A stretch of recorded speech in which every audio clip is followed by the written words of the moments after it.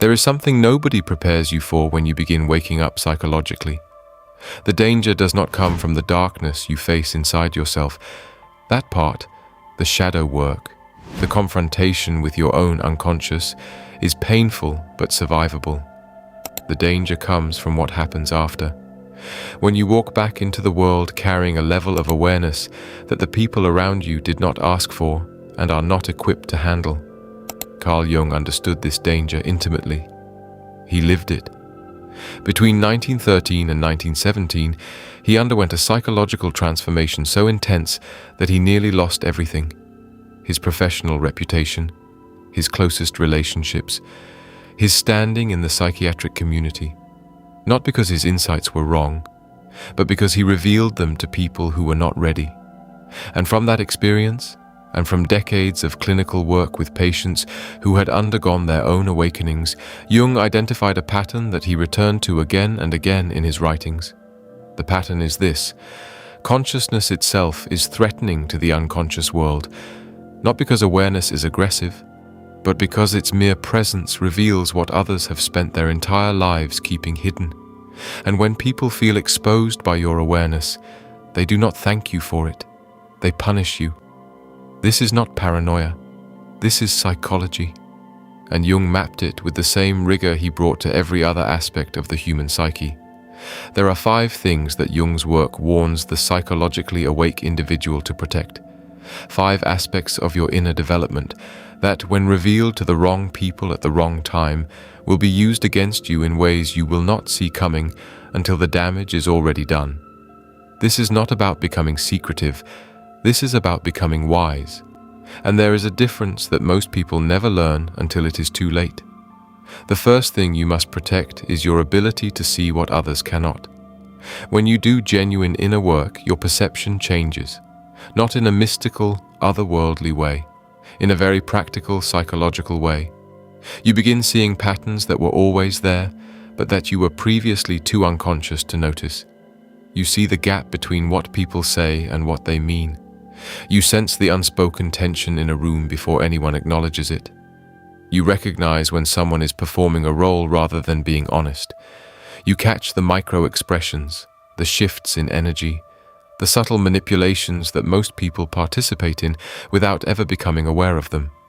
Jung called this differentiated consciousness, the natural result of integrating your shadow and developing a relationship with your unconscious mind. When you stop projecting your own unresolved material onto the world, you begin seeing the world as it actually is, including the parts that most people have silently agreed to ignore. And here is where the danger lives. When you reveal this perception to others, when you name what you see, you violate what Jung would recognize as an unconscious social contract. The contract that holds most relationships, families, workplaces, and social groups together is built on a simple agreement. We will all pretend we do not see what we see. We will maintain the comfortable fictions. We will not name the elephant in the room. When you break that contract, even gently, even accurately, even with the best intentions, you become a threat to the entire system. And systems protect themselves.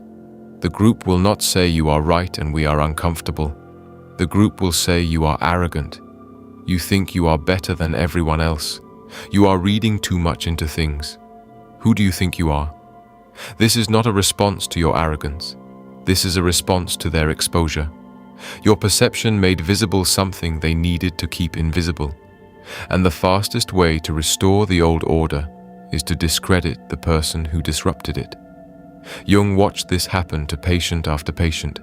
The ones who openly shared their heightened perception became targets for what he called collective shadow projection. The group projected its own discomfort onto the individual and then punished the individual for the discomfort the group refused to own. You may have already experienced this. You said something true at a family dinner and the room turned cold. You pointed out a dynamic at work that everyone was pretending did not exist, and suddenly you were the problem. You told a friend what you actually saw in their relationship, and they did not speak to you for months. Not because you were wrong, because you were right. And the truth, delivered to someone who is not ready for it, does not set them free. It makes you their enemy. The lesson is not to stop seeing. You cannot unsee what you have seen. The lesson is to stop announcing what you see to people who have not asked to see it. Your perception is a tool. Use it to navigate, to protect yourself, to make wise decisions. But do not mistake it for a gift that others want to receive. Most do not. And the ones who do will ask for it. You will not have to force it on them. The second thing you must protect is where you are going. When you begin the process Jung called individuation, you develop something rare, a sense of inner direction that does not come from external validation. You stop borrowing your goals from your parents, your culture, your peer group. You start hearing a quieter voice beneath all the noise, the voice of the self, and that voice begins showing you a path that is uniquely yours. This is one of the most powerful experiences in psychological development. For the first time, you are not reacting to life. You are responding to something deeper. You have a direction, a trajectory, a sense of where your growth needs to take you next, even if you cannot articulate the final destination.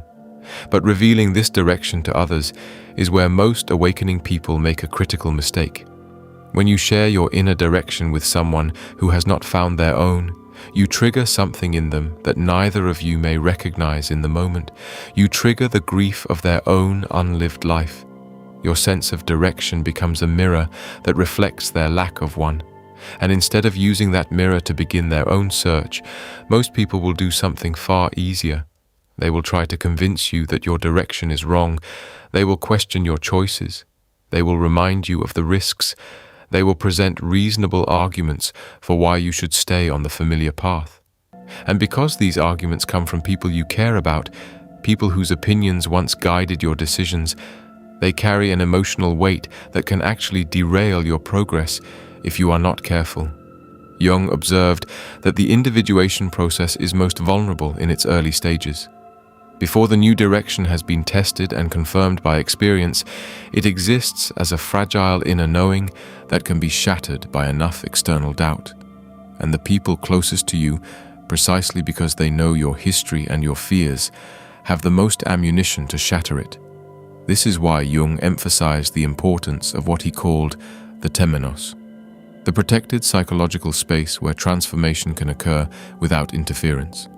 Your direction needs a container, a period of quiet development where it can strengthen and root before it is exposed to the winds of other people's opinions. Share your direction only with people who have demonstrated the capacity to support growth they do not fully understand. These people are rare. You will recognize them because they ask questions instead of giving warnings. They celebrate your courage instead of cataloging your risks. And they trust your inner knowing even when it contradicts their own experience. Everyone else gets the results, not the plan. This is not dishonesty. This is developmental intelligence. A seed does not announce to the soil what kind of tree it intends to become. It simply grows.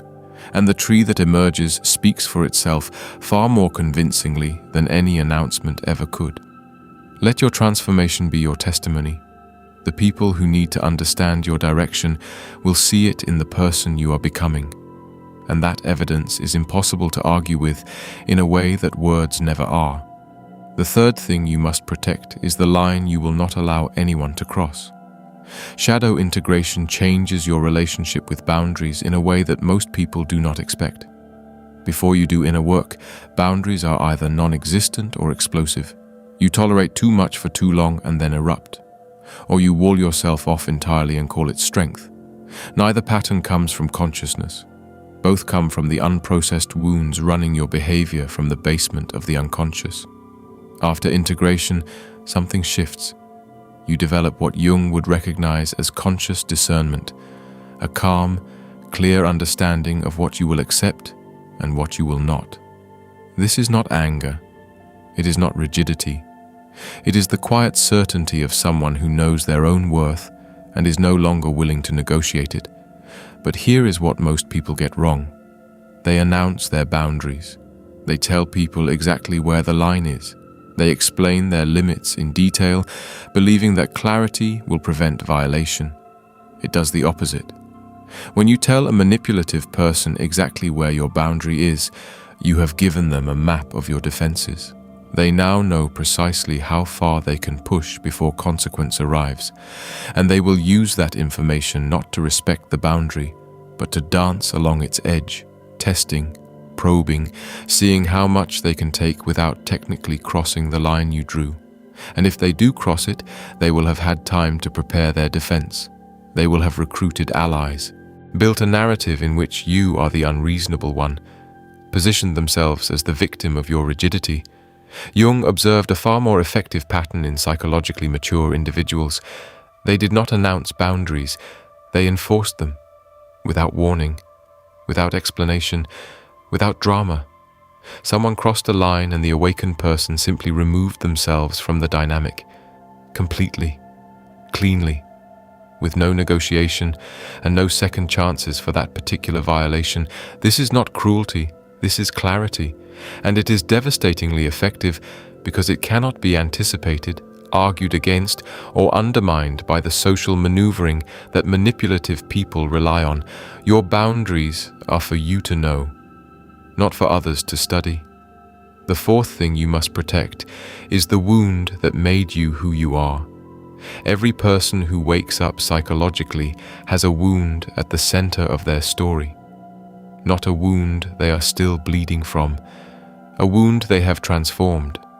Jung described this as the core of the individuation journey, the moment when the pattern that once controlled your life becomes the wisdom that guides it, when the pain that almost destroyed you becomes the understanding that allows you to see clearly. This transformation is genuine, it is hard-won, and there is a natural desire to share it, especially with people who are still suffering from similar wounds. You want to show them that healing is possible, that the thing that broke them can also be the thing that makes them whole. But revealing your transformed wound to someone who has not transformed their own creates a dynamic that Jung would have predicted with precision. To the person still trapped in their pain, your healing does not look like hope. It looks like accusation. If you healed, why have they not? If you transformed your suffering, what is their excuse for staying stuck? Your wound become wisdom becomes a mirror that reflects their choice to remain in victimhood, and that reflection does not inspire them, it enrages them. They will respond in one of two ways. Either they will try to pull you back into the wound, reminding you of your trauma, treating you as if you are still broken, referring to your past as if it still defines you, offering pity where you have earned respect. Or they will dismiss your healing entirely. They will tell you that you are in denial, that you have not really dealt with it, that your strength is just another mask. Both responses serve the same unconscious purpose. They neutralize the threat your healing poses to their justification for staying wounded. There is another danger that Jung identified. When you openly share your wound, you invite new versions of the original pattern into your life. People who unconsciously embody the same dynamic that created the wound will be drawn to you, not because the universe is testing you, but because your openness about the wound signals to the unconscious of others that this is a role you are available to play again. Your wound is sacred precisely because it has been transformed, and sacred things require protection. Share your wisdom with those who are genuinely ready to receive it, but do not put your deepest healing on display for those who will either exploit it or try to undo it. There is a difference between vulnerability and exposure. Vulnerability is choosing to be honest with someone who has earned your trust. Exposure is laying yourself bare before people who have given you no evidence that they will handle what you show them with care. The awakened person learns to distinguish between the two, and that distinction alone will save you from years of unnecessary pain. Your story is yours to tell, but you choose the audience, and the audience must be worthy of the story. The fifth thing you must protect is how clearly you see the game. After years of inner work, you develop what Jung called a conscious persona. You understand that every social interaction involves a degree of performance. You see the roles people play.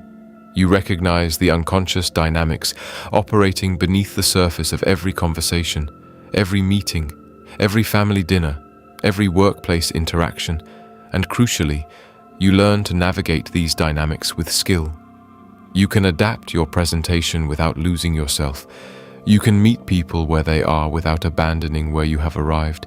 You can be genuinely warm and strategically aware at the same time. This is psychological sophistication, and it is the natural result of integrating material that most people spend their entire lives avoiding. But if others realize how clearly you see the game, they will feel something that is almost impossible to overcome. They will feel watched, studied, transparent. Even if you have no intention of judging them, they will project that intention onto you because your clarity activates their deepest insecurity. The fear that who they really are beneath the mask is not enough. Jung documented this phenomenon extensively. Highly individuated people often became the targets of suspicion and hostility, not because they did anything wrong, but because their presence created an unconscious pressure that others could feel but could not name. The individuated person's awareness was like a light that made everyone else's shadow more visible, and people do not appreciate having their shadow illuminated without their consent. The solution is not to dull your perception, it is to soften its visible edges, to allow yourself to be seen as human, imperfect, approachable. Not because you are performing a false humility, but because genuine wisdom includes the understanding that your full awareness is not appropriate for every setting. A surgeon does not walk through the grocery store analyzing everyone's posture for signs of spinal problems. A psychologist does not sit at a dinner party diagnosing the attachment styles of every guest, not because they cannot, but because wisdom includes knowing when your skills serve others and when they only serve to make others uncomfortable. Let people experience your warmth before they encounter your depth. Let them feel safe in your presence before they realize how much you see. This is not manipulation. This is kindness. And it is the mark of someone whose development has matured beyond the need to be recognized for how far they have come. Now, I want to address something directly, because everything I have just described could easily be misinterpreted as a license for arrogance, a framework for believing you are more evolved than everyone around you and therefore justified in hiding your superiority behind strategic silence. That is not what Jung meant, and that is not what this is. The 5 protections I have described are not about elevating yourself above others. They are about recognizing a simple psychological reality. Inner development changes how you interact with the world, and not everyone is equipped to respond to that change constructively. Protecting your growth is not a statement about other people's worth. It is a statement about the fragility of transformation in its early and middle stages. Jung was very clear that individuation does not make you better than anyone. It makes you more responsible, more aware, more capable of navigating complexity without causing unnecessary harm. The truly individuated person does not look down on the unconscious world. They feel compassion for it, because they remember what it was like to be asleep. They remember the pain of living without awareness, and they understand that every person's journey toward consciousness follows its own timeline that cannot be forced or accelerated from outside. This is perhaps the most important point in this entire video. The moment you use your awareness to feel superior to others, you have lost the very thing you are trying to protect. Jung was adamant about this. Inflation, the psychological term for identifying with an archetype and believing yourself to be above ordinary human limitations, is one of the greatest dangers of the individuation process.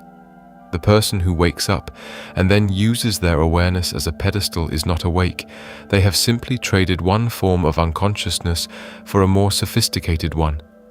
The 5 things you protect are not weapons, they are seeds, and seeds require darkness before they can grow. Your awareness is not a trophy, it is a responsibility. Carry it with the weight it deserves. Protect it from forces that would diminish it, and share it when the time is right with the precision and compassion of someone who knows that the most powerful thing you can offer another human being is not your opinion of their unconsciousness, but the quiet evidence of your own wholeness. If this shifted something in how you think about protecting your inner work, subscribe to Psych Core. We go deep into the psychology that most people are not willing to discuss. The material that changes not just what you understand, but how you move through the world. Hit the notification bell, because what comes next builds on everything we covered today. And in the comments, tell me which of the 5 hit the hardest for you. Which one did you learn the hard way? Because every person watching this has revealed something they should have protected, and naming that moment, even briefly, might be the thing that prevents someone else from making the same mistake.